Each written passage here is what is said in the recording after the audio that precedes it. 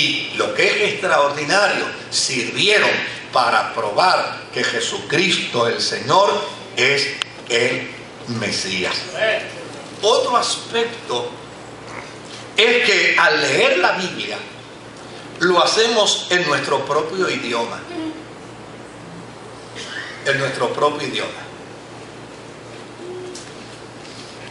Pero la Biblia no fue escrita en el español.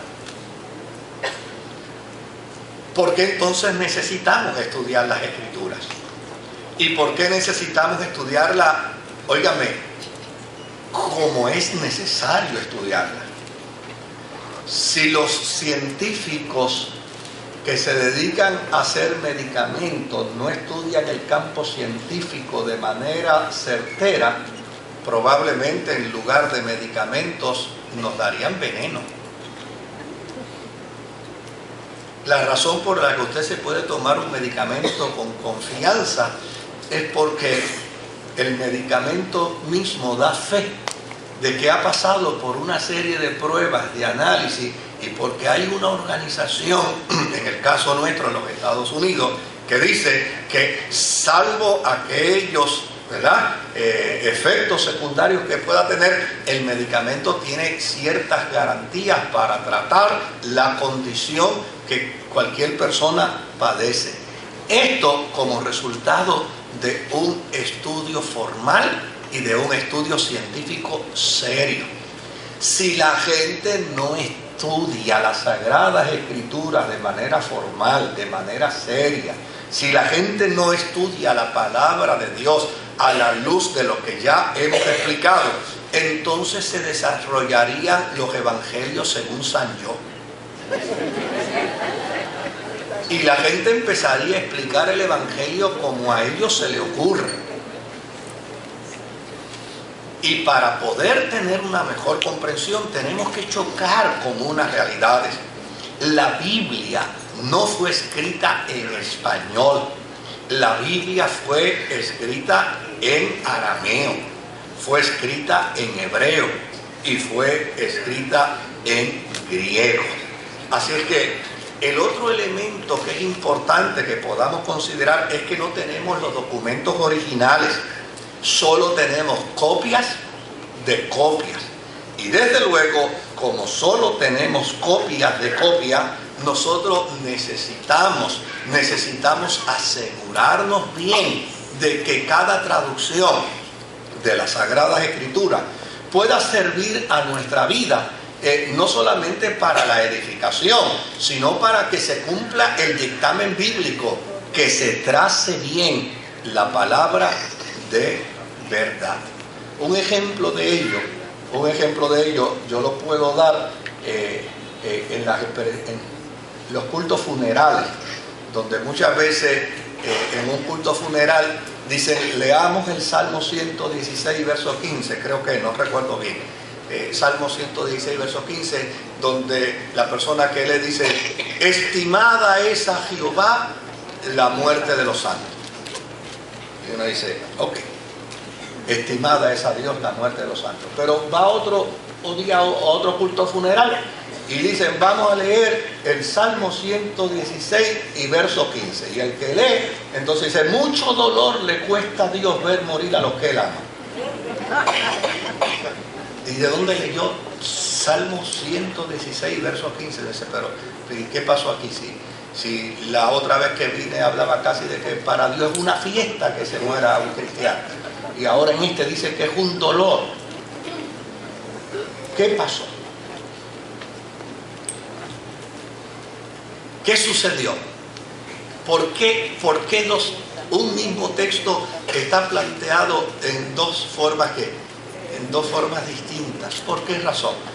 Querido, tal vez si usted me pregunta cuál de los dos es la expresión más cercana al texto original, pues yo le voy a decir la segunda, la que dice, mucho dolor le cuesta a Dios ver morir a los que ama. Porque cuando se escribió esa expresión salmítica, todavía no estaba la doctrina de la cristiandad, todavía no estaba la doctrina de la resurrección de los cristianos. Por lo tanto, en ese sentido, la doctrina era muy limitada para el autor del Salmo y simplemente simplemente él interpretó la experiencia como una experiencia de dolor profunda, el saber que un hombre de Dios muere, porque en aquel tiempo lo que se creía era que la muerte acababa la obra del hombre. Pero el que hizo la traducción, don Casiodoro, cuando hizo la traducción, dijo: no, pero esto no es lo que creemos ahora los cristianos. Lo que nosotros creemos ahora los cristianos como resultado de la palabra de Jesús, el autor de la vida, el verbo encarnado de Dios, es que cuando morimos saltamos de aquí a la eternidad. Por lo tanto, es mejor traducir y decir ¿qué cosa? Estimada es a Jehová la muerte de los santos. Así que dentro de toda esa experiencia, dentro de todo ese espectro, es que nosotros los cristianos necesitamos estudiar las Sagradas Escrituras. Ahora, déjenme darle algunos datos históricos de la Biblia, algunos datos nada más rapidito. Por ejemplo, el término Biblia se deriva del griego biblos, que significa libros. Claro, le llamamos Biblia por la unicidad, ¿verdad?, de esa intertextualidad que mencionamos ahorita, donde tenemos el Antiguo Testamento y tenemos el Nuevo Testamento. Pero a la misma vez le llamamos Biblia porque cada documento fue hecho de manera independiente, en un tiempo distinto, en un tiempo separado, por autores distintos. Por esa razón le llamamos Biblia. El tema central del relato bíblico es la revelación de Dios, en el caso del Antiguo Testamento, y la respuesta que el pueblo de Dios dio a esa revelación. En el caso del Nuevo Testamento, nosotros los cristianos afirmamos que el tema central es el relato bíblico como la revelación de Dios. ¿A través de quién? A través de Jesucristo. Y desde luego, la respuesta de Dios a la humanidad a través de la... Por eso era que Jesús mandaba a la gente a estudiar la ley. Estudien la ley y van a descubrir a través de las Escrituras que yo soy ¿quién? Dios. Que yo soy la vida eterna. ¿Cómo fueron escritos los libros de la Biblia? Bueno, pues Abraham no andaba con Biblia.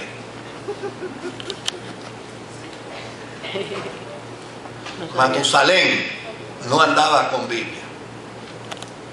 Ellos no tuvieron Biblias.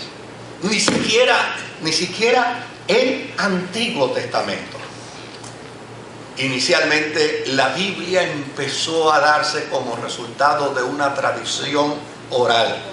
Es decir, aquello que contaba Abraham se lo contó a Isaac se lo contó a Jacob. Y usted dirá, ¿y de dónde tú sacas eso? ¿Se acuerda ustedes cuando Jacob empezó a llamar al Dios de su abuelo y al Dios de su padre?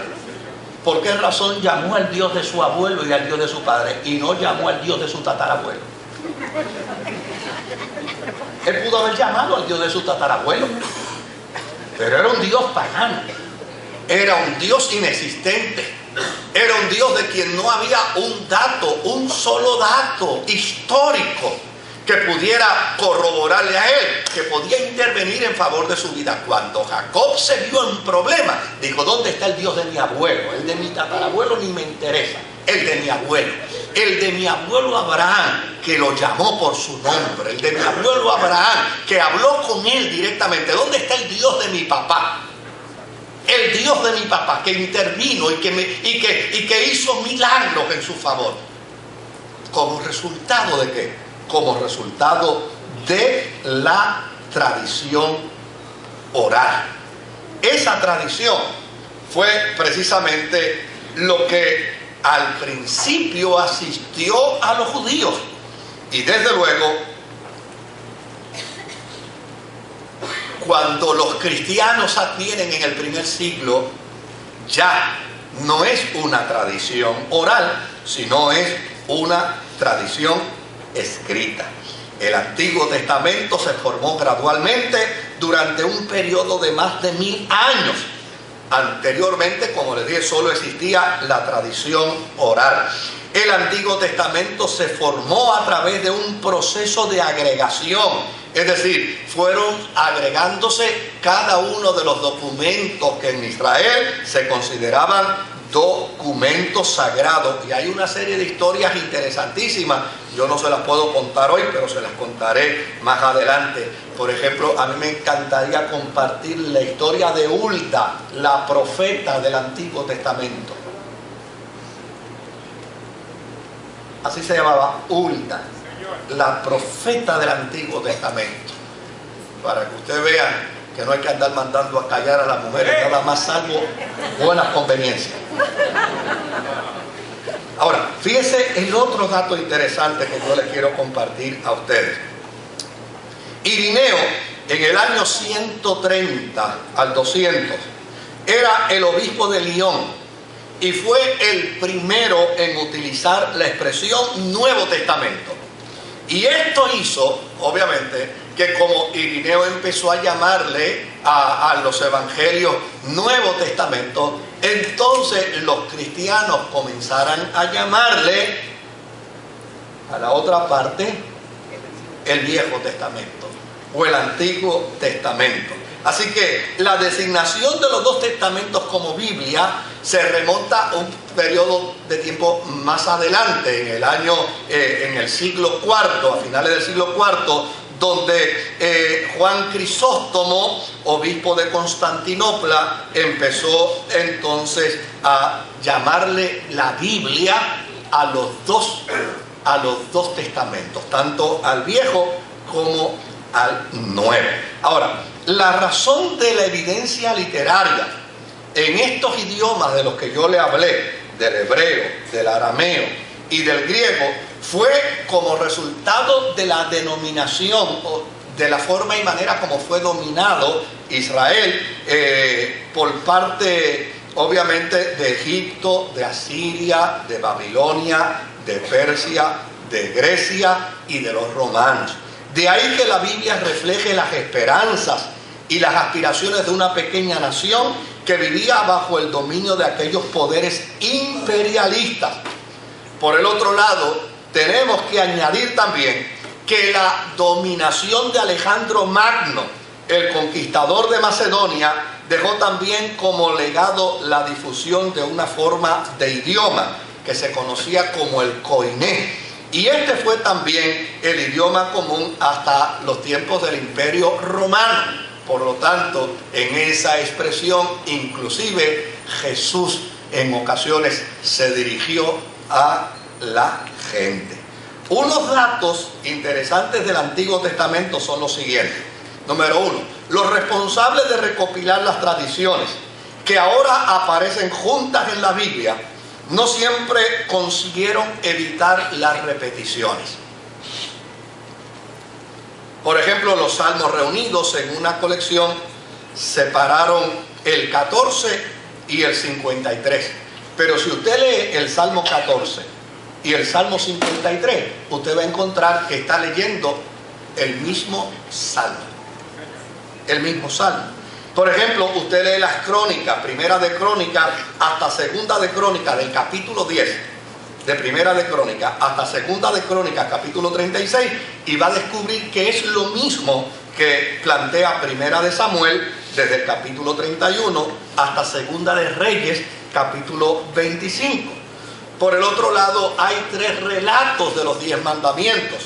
Está el de Éxodo 20, el de Éxodo 34 y el de Deuteronomio capítulo 15. Usted dirá, usted ya me está confundiendo.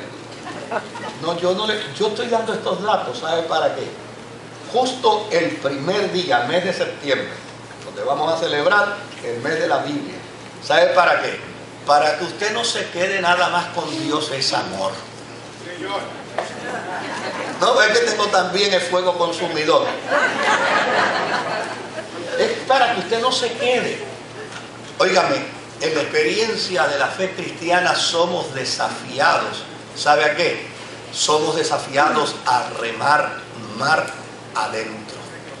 En la experiencia de la vida cristiana somos desafiados a conocer cada día más. Cuando yo descubrí la importancia de estudiar las Sagradas Escrituras, yo establecí para mí una regla que hasta el día de hoy, gracias al Señor, en muy raras ocasiones he tenido que desacatar. Pero yo creo que las raras excepciones las puedo contar con los dedos de la mano. Desde el 1983 yo me di a la tarea de separar 2 días a la semana para estudiar la palabra del Señor. Desde luego usted dirá, para eso te pagamos. Gloria a Dios por eso. Pero lo más irresponsable sería que me pagaran y no estudiara las Escrituras. Eso sí sería irresponsable. Ahora, por el otro lado, ¿qué quiero decir con ello? Quiero decir que todo hombre, toda mujer en el servicio al Señor debería separar tiempo para estar junto a las Sagradas Escrituras. Debería separar tiempo para estar junto a la palabra del Señor. Porque déjeme decirle algo.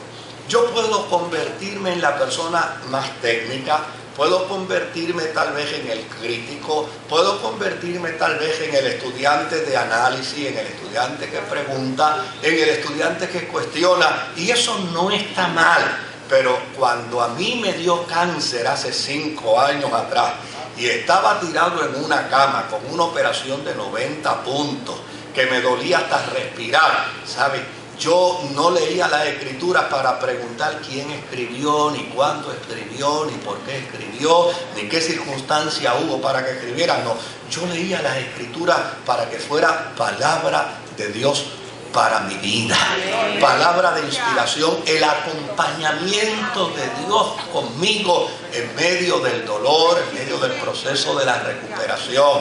Cuando tal vez usted llega un martes aquí a la iglesia, probablemente en ese martes podemos trabajar un poco con ciertas preguntas, con ciertas inquietudes de las Sagradas Escrituras, pero cuando subimos el domingo al púlpito, no queremos que la gente se vaya con vagas ideas simplemente de los procesos técnicos de estudio de la Escritura, sino queremos que la palabra de Dios se convierta en el mensaje de Dios al corazón y a la vida. Y lo interesante es que mucha gente viene y me dice: pastor, yo vengo los domingos al culto a llenar el tanque.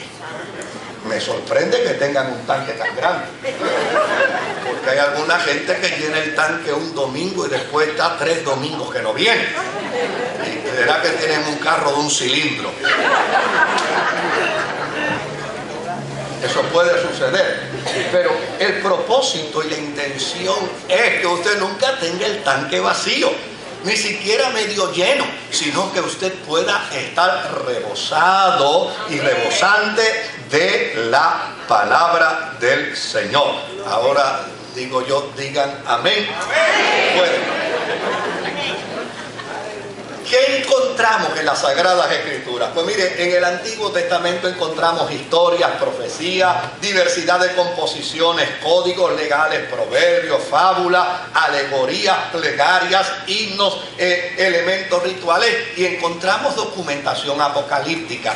¿Qué encontramos en el Nuevo Testamento? Pues en el Nuevo Testamento encontramos los evangelios de Cristo, la historia de la cristiandad, la carta a las iglesias, la carta a individuos, la carta a comunidades. Encontramos doctrina de la fe cristiana y encontramos también el documento del Apocalipsis que nos habla de la experiencia de la parucía, del retorno del Señor. ¿Qué otra cosa pudiéramos decir? Uno de los libros más antiguos lo es el libro de Amós. Uno de los libros últimos en escribirse lo es el libro de Daniel. ¿Qué otra cosa pudiéramos decir? No todos los libros que fueron escritos se han conservado. Cuando usted lee en el Antiguo Testamento y estas historias están en el libro de los valientes, y usted dice: ¿dónde está ese libro? Pues, y esta la encontramos en el libro de Yazar. ¿Dónde está el libro? Lo que quiere decir es que algunos de esos documentos fueron extraviados. Pero por el otro lado, también es importante decir que hubo documentos que que por un momento fueron incluidos en algunas Biblias cristianas, pero luego no fueron reconocidos como inspirados y fueron quitados, como por ejemplo la carta de Bernabé, el pastor de Hermas, y así Primera y Segunda de Clemente, en fin, otros documentos más. Bueno, pero ¿qué es lo importante que nosotros necesitamos reconocer?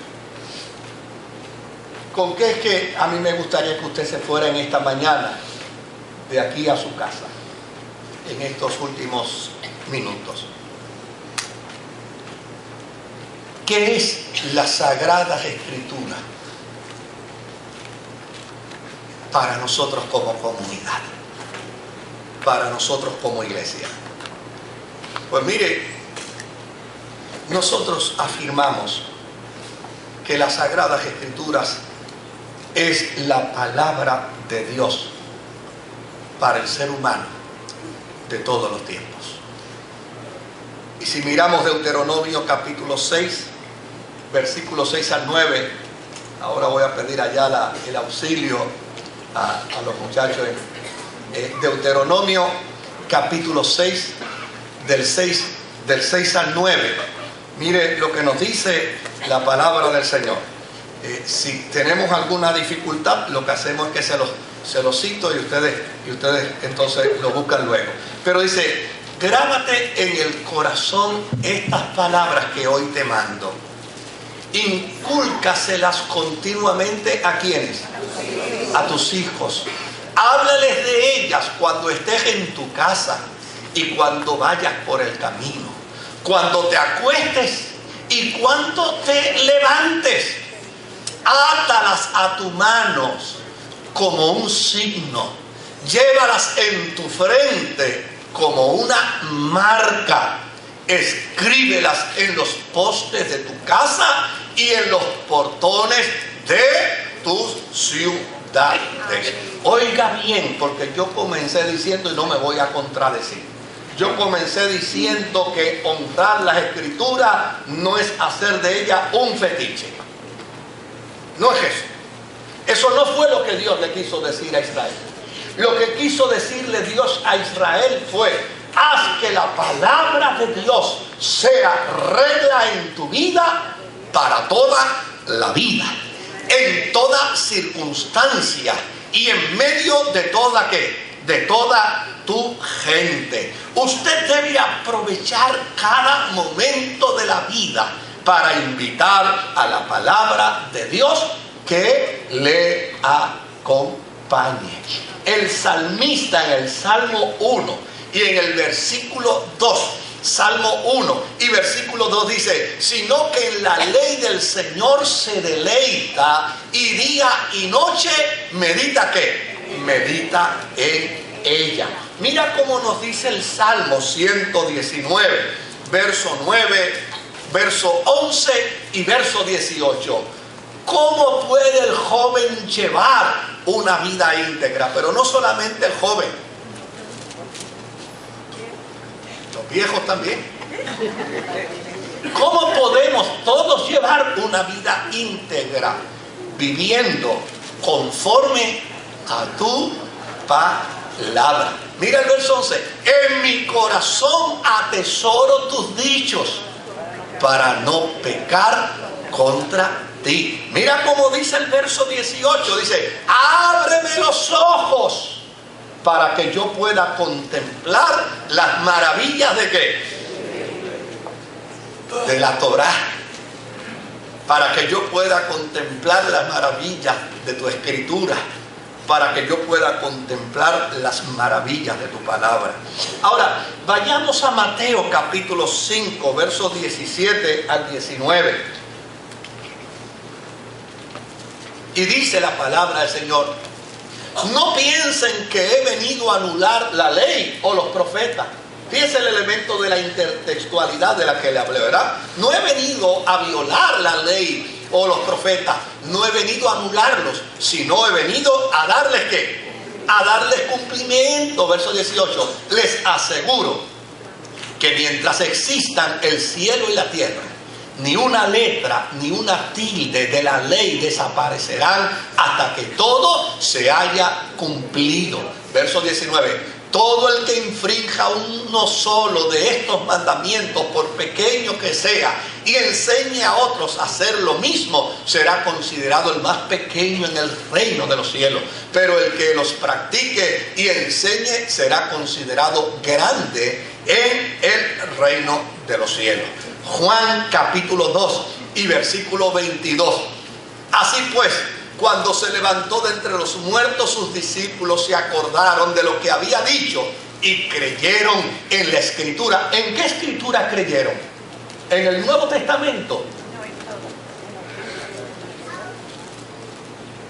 Cuando Jesús resucitó, el Nuevo Testamento no estaba escrito. Creyeron en la ley, en la Escritura de la ley.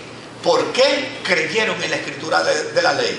Porque la ley revelaba ¿a quién? A Jesucristo.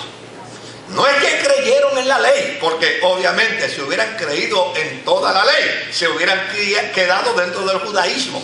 No, ellos creyeron que toda la ley anunciaba como un profundo y extraordinario letrero: el camino es Jesucristo. Permita que le metan gato por liebre, ¿sabe?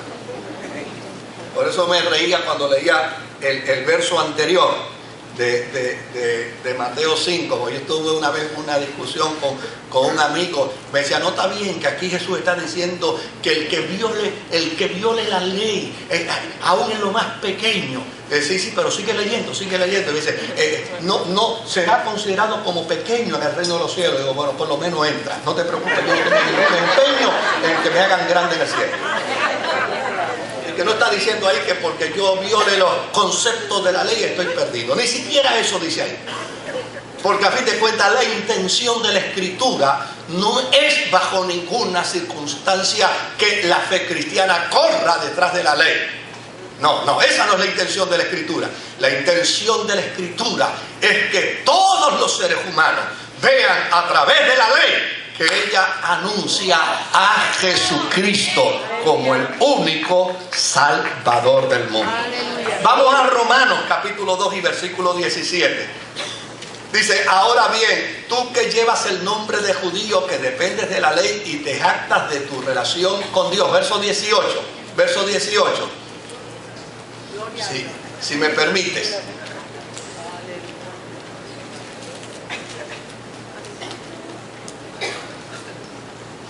Que conoces su voluntad y sabes discernir lo que es mejor, porque eres instruido por la ley. Es decir, para la vida cristiana, el elemento del Antiguo Testamento venía a ser una herramienta importantísima. ¿Por qué? Porque enseñaba desde el principio al hombre y a la mujer a conocer la voluntad de Dios. Y termino con Colosenses capítulo 3 y versículo 16. Colosenses 3 y 16 dice, que habite en ustedes la palabra de Cristo con toda su riqueza. ¿Cuál es la palabra de Cristo con toda su riqueza? La palabra de Cristo con toda su riqueza es el Nuevo Testamento. La palabra de Cristo con toda su riqueza es Mateo, es Marcos, es Lucas, es Juan, es Hechos, es Romanos, es Corintios. La palabra de Cristo es el mensaje que la Biblia da para revelar ¿a quién? Para revelar a un Salvador divinamente escogido. ¿Qué es lo que la palabra de Cristo, la palabra de Dios ofrece al ser humano de hoy? Oiga bien, la Biblia no es un libro obsoleto. Hay un documento aquí que yo se lo compartiré tal vez el domingo que viene. Pero sorprendente, porque contrario a lo que la gente piensa, la Biblia es todavía el libro más leído en el mundo y es precisamente uno de los documentos que más circula a través de la internet. Ahora, ¿qué es lo que ofrece la Biblia al ser humano de hoy, al del siglo XXI? Pues la Biblia le ofrece un vehículo de reconciliación mediante Jesucristo, capaz de ubicarlo en una nueva perspectiva de vida. Imagínese, la Biblia ofrece al hombre reconciliarse con Dios y le dice, si te reconcilias con Dios, resuelves todos tus problemas existenciales, porque una vez reconciliado